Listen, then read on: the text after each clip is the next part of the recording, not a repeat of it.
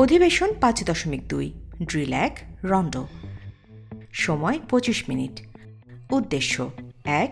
নৈপুণ্য প্রদর্শনের পরিবর্তন পর্যালোচনা করে বিকশিত মানসিকতা বিশ্লেষণ করা। 2. ব্যক্তিগত নৈপুণ্য প্রদর্শনের কৌশল শেখানো। লক্ষ্য পাসিং গেমের ধারাবাহিক উন্নয়ন বজায় রাখা ও পজিশন ধরে রাখার জন্য খেলোয়াড়দের খেলায় অংশগ্রহণ করানো। উপকরণ হ্যান্ডবল ও কোন। নির্দেশনা 3 জন ব্যাক প্লেয়ার, 1 জন উইং এবং 1 জন পিপি বা পিভট প্লেয়ার মিলে মোট 5 জন একসাথে 4 জন ডিফেন্সকে আক্রমণ করার জন্য প্রস্তুতি নিতে হবে। ব্যাক প্লেয়াররা খোলা জায়গায় আক্রমণ করে পিপিকে নো মার্ক করে পাস করবেন।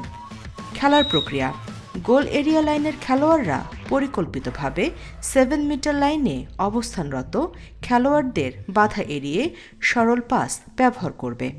একই সাথে বলের গতিবিধি বাধাগ্রস্ত করতে 7 মিটার লাইনের ভিতরে থাকা খেলোয়াড়রা একসাথে ডিফেন্স করবে।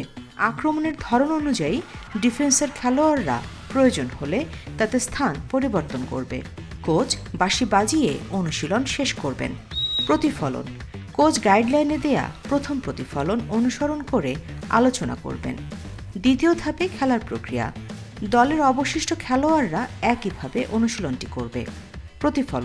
প্রতিফলনে কোচ গাইডলাইনে দেয়া দ্বিতীয় প্রতিফলন অনুসরণ করে আলোচনা শেষ করবেন।